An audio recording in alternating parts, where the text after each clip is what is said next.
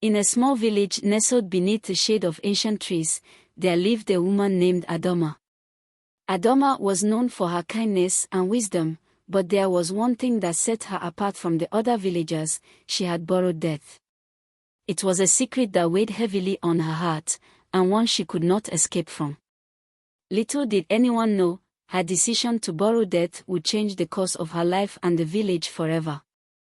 What happened when death came to collect on the loan Adama had made, and how would the village survive the consequences of such a dangerous pact? Adama had always been a woman who relied on her own strength, wisdom, and determination to navigate the challenges of life. She was known throughout the village as someone who could always be counted on for advice or support. But nothing could have prepared her for the dark day when her beloved sibling, Kwame, fell desperately ill. The once vibrant young man had been struck by an illness that no one could cure, and as the days went by, his condition grew worse. The medicine that had been passed down through generations of healers seemed to do nothing, and the village's best healers shook their heads in defeat. For days, Adama stayed by his side, nursing him as best as she could, but nothing worked. She watched helplessly as his once bright eyes grew dim, and his body grew weaker with each passing hour. It was then, in the depths of her sorrow, that she realized there was nothing more she could do. She was not ready to lose him. The thought of losing Kwame, her only family left in the world, consumed her. Desperation clouded her judgment, and she began to question everything she had believed in. The idea of death coming to take him seemed unbearable. She had heard stories of people making desperate pacts, borrowing time from dark forces to save those they loved. She had always dismissed them as mere legends, but now, the possibility seemed too tempting to ignore. One night, unable to sleep, Adama wandered outside under the moonlight, her thoughts swirling with fear and uncertainty. That's when she heard it, a whisper, soft and barely audible. It was a voice she couldn't quite place, yet it seemed familiar, as if it were speaking directly to her soul. The voice promised her that Kwame's life could be saved, but at a cost. In exchange for his life, Adama would have to borrow death. It would not be permanent, but it would come back to claim what was owed. At first, Adama hesitated. Could she really make such a deal? What would it mean for her, for the village, and for the world? But as her brother's suffering continued, the voice seemed to offer a lifeline, and she could not bear to lose him. The deal, however dangerous, seemed like her only option. She stood still, listening to the whispers in the dark, and for the first time in her life, she made a choice that would forever change her fate. Adama agreed to the pact, sealing it with a silent prayer to the spirits of the land. Death would save Kwame, and in return, she would honor the agreement when her time came.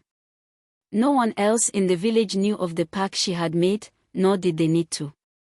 The healer's work and the rituals of life and death were not something to be shared lightly. The deal was hers and hers alone, and it was a decision she would carry with her for the rest of her days. The next morning, as the first light of dawn broke over the village, something miraculous happened. Kwame's fever broke, and his breathing steadied.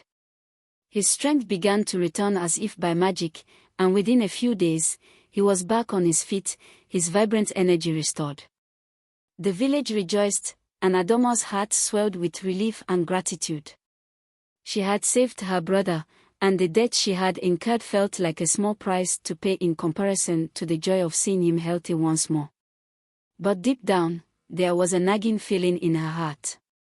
A voice that reminded her that the price of life was never small, and she could never escape the consequences of her actions. As time passed, the village returned to its usual rhythms, and life seemed to settle back into its peaceful pace.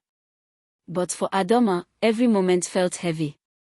Each breath she took reminded her that the time she had borrowed would one day be returned. She had made a choice that no one could undo. And though her brother was alive and well, the deal with death loomed over her like a shadow she could not escape. At first, the villagers were unaware of the burden Adama carried. They saw her as the same strong woman they had always known, brave, kind, and wise. But within her, the weight of her decision grew heavier with each passing day. Her eyes lost the light they once had, and her laughter became quieter, more subdued. She no longer found joy in the simple things that once brought her peace. The worry gnawed at her from within, and she couldn't shake the fear that death would come when she least expected it. But Adama continued to lead her people, as she had always done. She offered guidance to those who sought her wisdom and helped those in need. She still cared deeply for her village, but her mind and spirit were often clouded with the knowledge of the pact she had made. Every time someone spoke of death, a chill ran through her heart, and she would retreat into herself, keeping the secret of what she had done from the others. Her life was one of duality. On the surface, she was still the caring, wise woman who had saved her brother. But inside, she carried a growing fear that one day, death would come to claim her. She could not escape the fact that life was fragile and fleeting, and every day she lived felt like a borrowed gift, one that would eventually be returned. As the seasons changed and the years passed, Adama could not shake the growing sense of dread that hung over her. The villagers continued to live their lives, blissfully unaware of the secret pact their beloved leader had made. But the burden of her decision weighed heavily on Adama's heart. She could only wonder, how much time did she have left before death came to collect its due? For a while, Adama tried to suppress the weight of her decision. She had made a pact, one that she couldn't undo, and she had convinced herself that as long as her brother lived, the price would feel worth it. Each day, she watched him as he thrived, his laughter filling the air once more, a sound that she had nearly lost hope in ever hearing again. But no matter how much joy her brother's recovery brought, no matter how many smiles and moments of happiness she experienced, the fear that she had borrowed time gnawed at her constantly. She tried to keep herself busy with the tasks of village life, helping with the harvest, tending to the sick, and guiding the younger ones in their tasks. Adama was as strong as ever, a trusted figure in her village, but inside, there was always the constant reminder of her deal with death.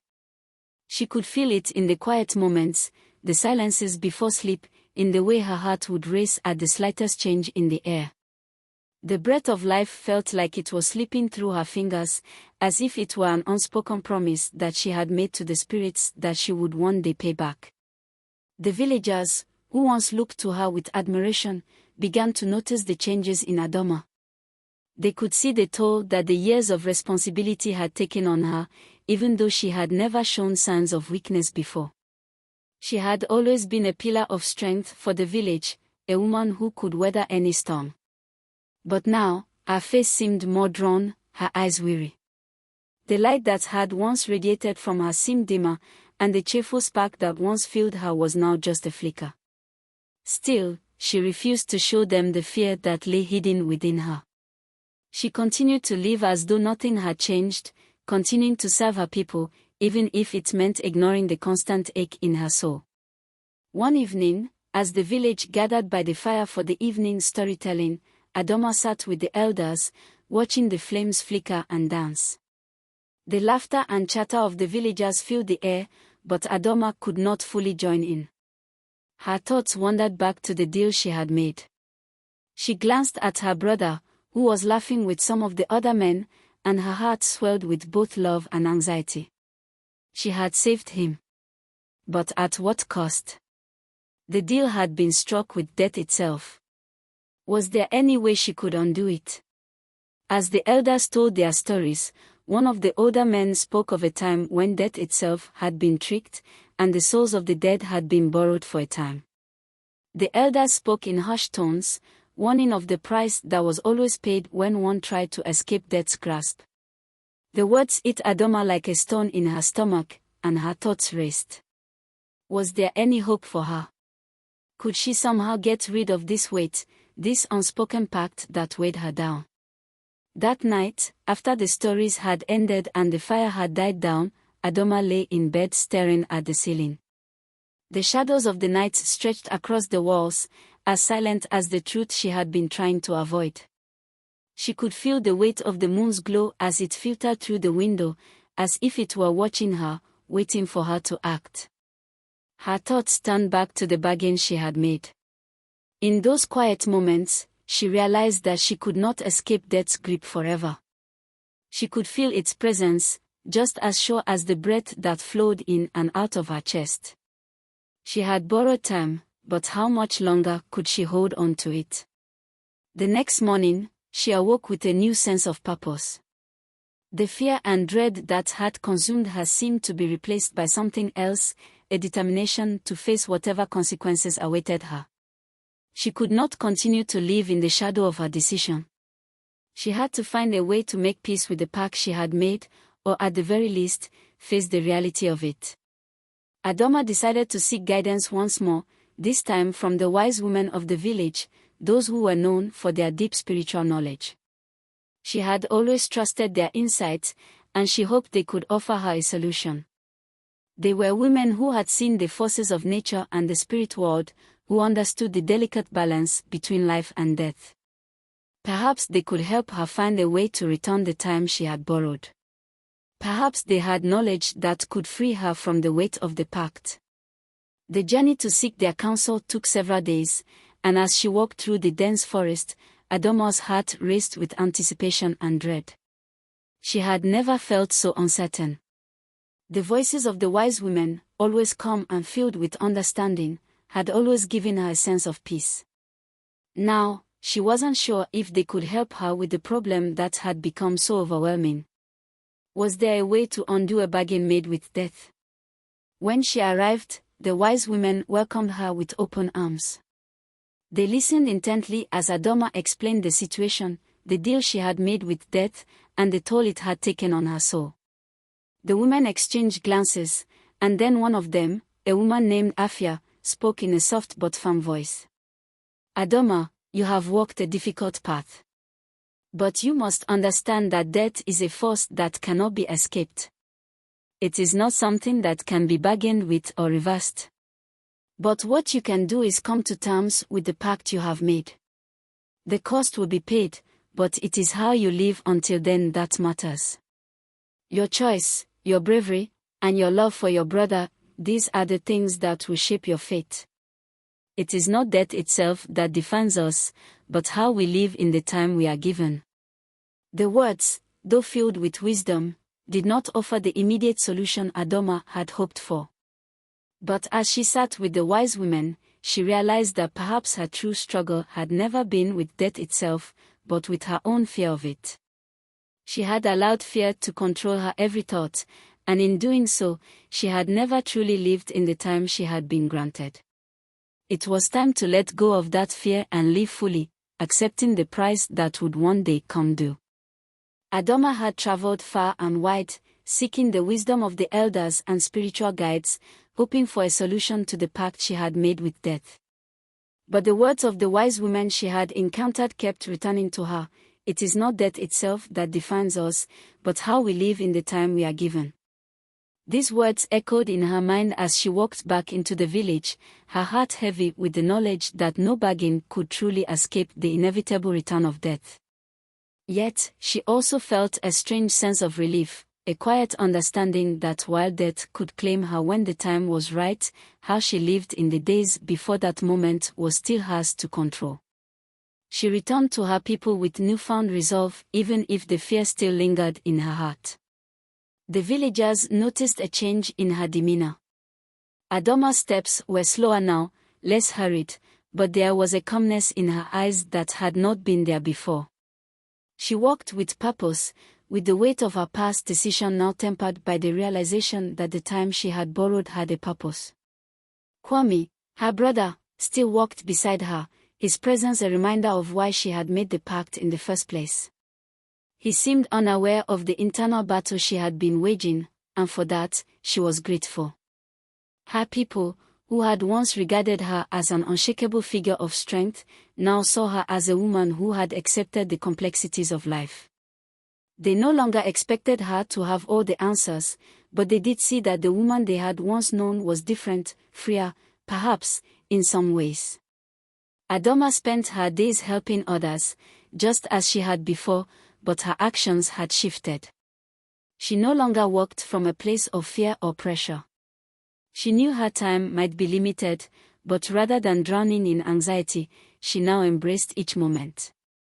In the mornings, she could be found by the river, gathering water with the other women, and in the evenings, she would sit under the ancient tree where the villagers came to tell stories. Her laughter, though quieter, was genuine, filled with a peace she had longed for but never allowed herself to experience fully. As the seasons changed, so did Adama's perspective.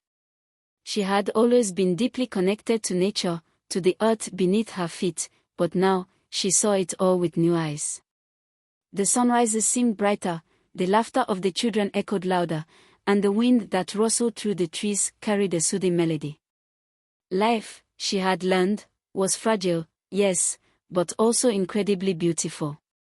The little moments, helping a neighbor, sitting with a child, listening to the elders' tales, were what truly made life worth living. One evening, as the sun began to set, Adama sat quietly beneath the great tree, watching the village come to life with the orange glow of dusk. She was not alone for long. Soon, her brother, Kwame, sat beside her, his face filled with curiosity. "Adama," he said softly, "I've noticed something in you lately. You seem lighter, somehow. What's changed?" Adama smiled at him, the weight of the past few years lifting off her shoulders as she looked into his eyes. She had never told him about the bargain she had made with death, but as she gazed at him now, she knew it was time.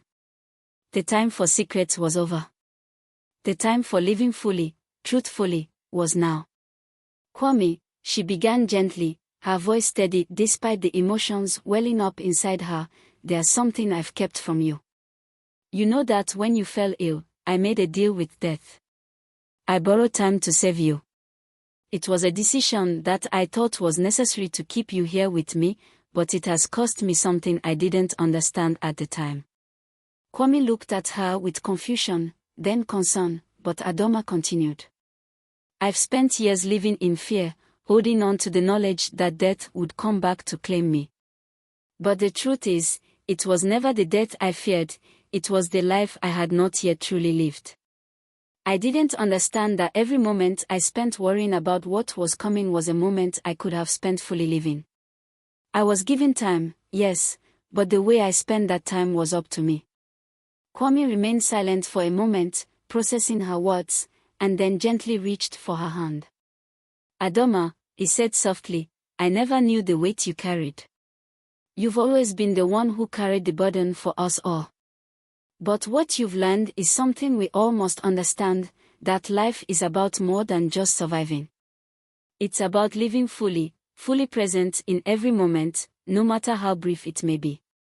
Adama's heart swelled with love for her brother, grateful for his understanding and wisdom.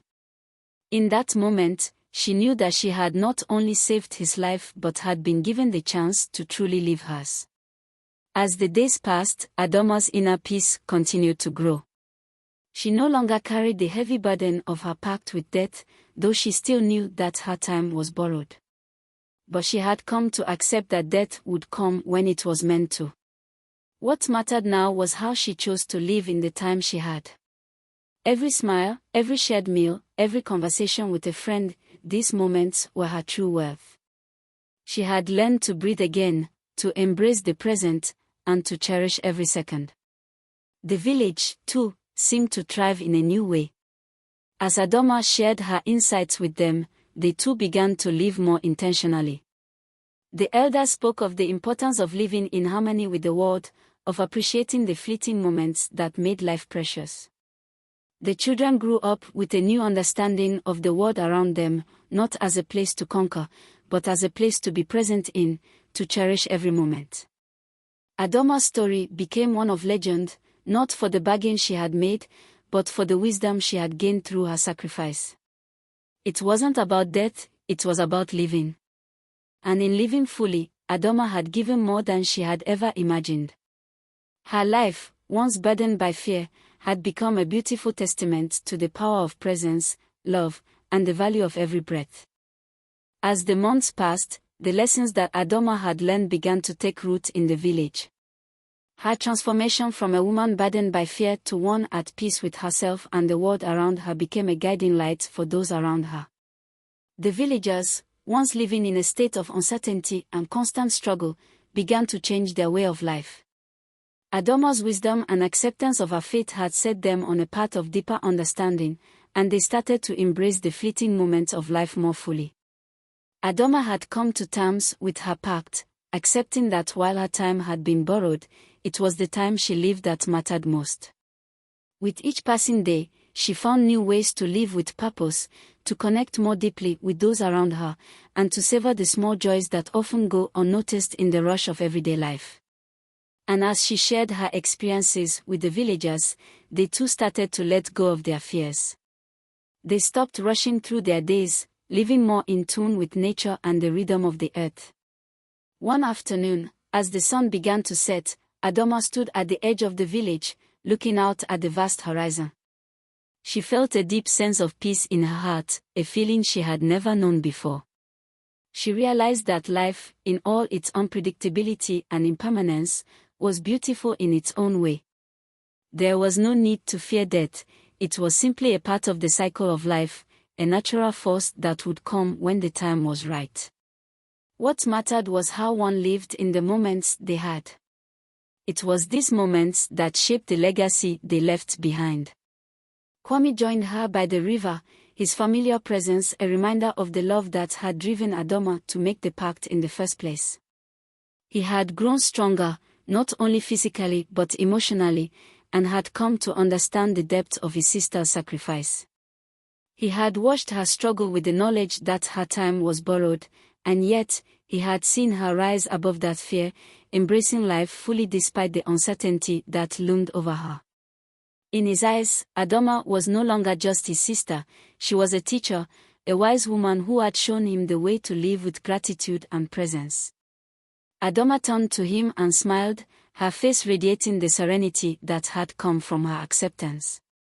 Kwame, there is so much beauty in the world, even in the most ordinary moments. I used to fear time slipping away from me, but now I know that it's not about how much time we have, but how we use it. Each day is a gift, and each moment is an opportunity to live fully. Kwame nodded, taking in his sister's words. You've shown me that it's not just about surviving, Adama. It's about living with purpose, finding meaning in everything we do. I'm proud of you. The two of them stood there for a while, gazing out over the river as the golden light of the setting sun cast long shadows across the land. It was a quiet moment, but in that silence, there was a deep understanding. The world around them, the earth, the wind, the river, and the sky, was alive with energy, each element contributing to the rhythm of life. The air was thick with the presence of the past, the present, and the future, all intertwined in a beautiful dance. Adama had found her peace, and in doing so, she had helped the village do the same. The village had slowly transformed into a place of unity and tranquility. The people had learned to live in harmony with nature, to appreciate the moments they shared with each other, and to be grateful for the time they had. They no longer rushed through their days, focused on the things they lacked or the things they feared. Instead, they embraced the simplicity of life, recognizing that the greatest wealth lay in the connections they had with one another and the earth beneath their feet.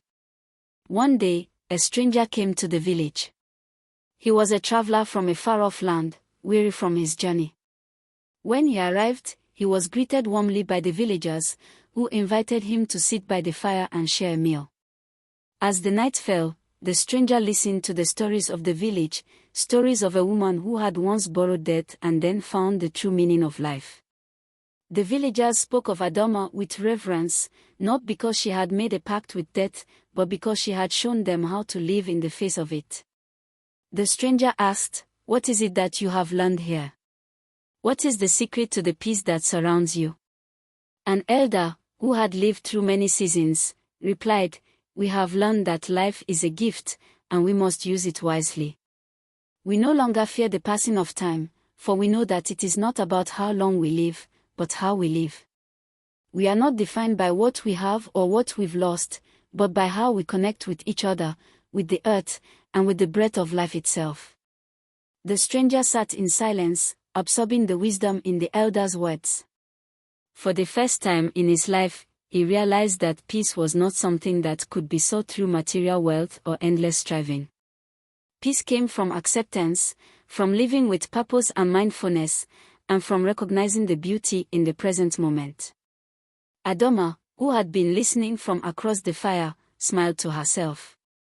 She had found what she had been searching for all along, not the escape from death, but the embrace of life.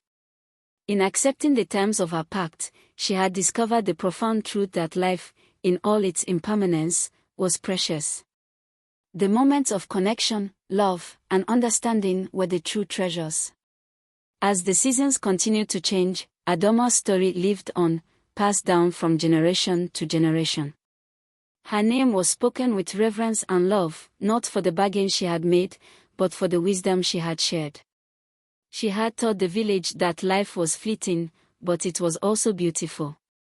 She had shown them that the most important thing in life was not to fear death, but to live fully in the time we are given.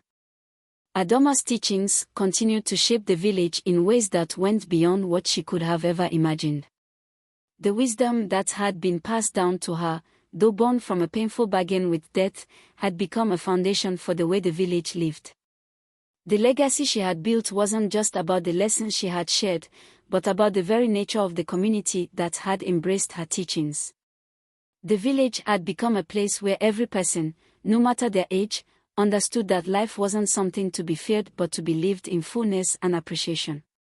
As the years went by, Adama found herself growing older. Her body no longer carried the same strength it once had, and the lines on her face became deeper with each passing day. Yet, despite the physical changes, her spirit remained youthful, vibrant, and unburdened. The knowledge that she had come to terms with her pact with death had allowed her to live in harmony with herself and her surroundings. She had learned to embrace the moments she had, without worrying about the future. This gave her a sense of peace that had eluded her for much of her life. The village itself had blossomed into something extraordinary. The people, no longer burdened by the fear of death or the need to control every aspect of their existence, began to find joy in the simplest things. The harvest was bountiful, the children played with laughter that echoed through the fields, and the elders shared their wisdom under the shade of the great tree. The village had become a sanctuary of peace and connection, and Adama could feel the fulfillment in her heart, knowing that she had helped lead her people to this point. But Adama knew that, like all things, her time in the village was not eternal. The pact she had made, the deal that had seemed so impossible to overcome, was always in the back of her mind. The weight of the bargain was still there, even if it no longer weighed her down with fear. She had come to understand that there were no shortcuts in life, no easy way to avoid death's eventual arrival. The time she had borrowed, though precious, was finite. One evening, as the sun set behind the hills and the village gathered by the fire, Adama sat with her brother Kwame. He had grown into a wise man, carrying the same sense of purpose and peace that she had once taught him. They had shared many quiet moments together, but tonight felt different. Adama felt a deeper connection with him than ever before, as though her journey had come full circle. Kwame, she began softly, I've lived my life surrounded by so much beauty, so much love. I've learned more than I ever thought possible. But there is still something I must ask. Kwame, who had always been by her side, smiled at her. He had seen the changes in her over the years, the strength she had gained, the peace she had embraced. Anything, sister, he replied, his voice calm, filled with the love that only siblings could share.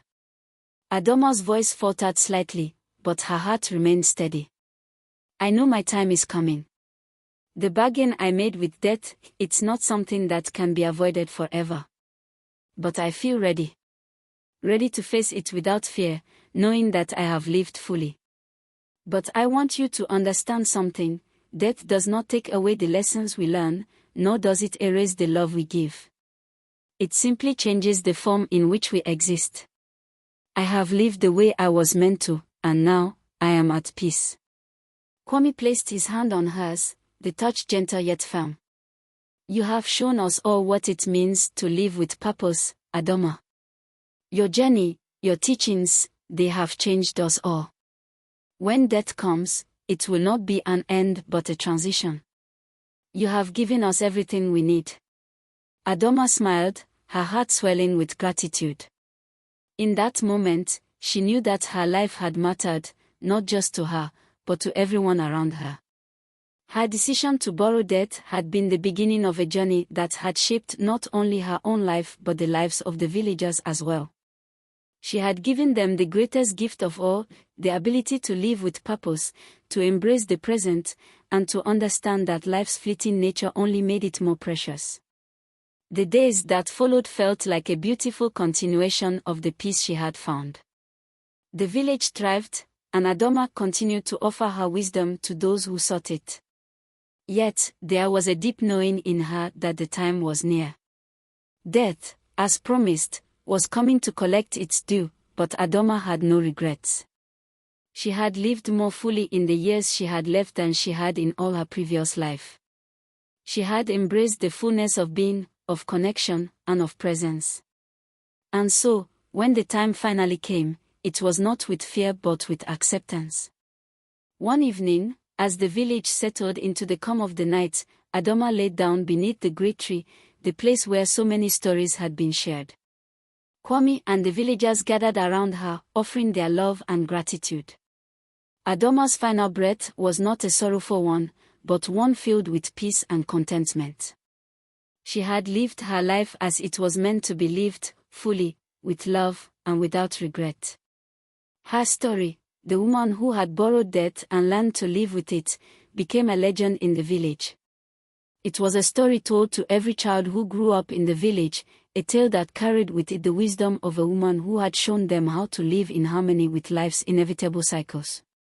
Adama's legacy lived on not in her death, but in the way her people learned to live. The village continued to prosper, with the teachings of Adama passed down through generations. The fear of death was gone, replaced by a deep understanding of the beauty in each moment, in every breath taken. The villagers had learned that it wasn't the length of life that mattered, but the way it was lived. And in that understanding, Adama had given them the greatest gift, a life of peace, purpose, and connection.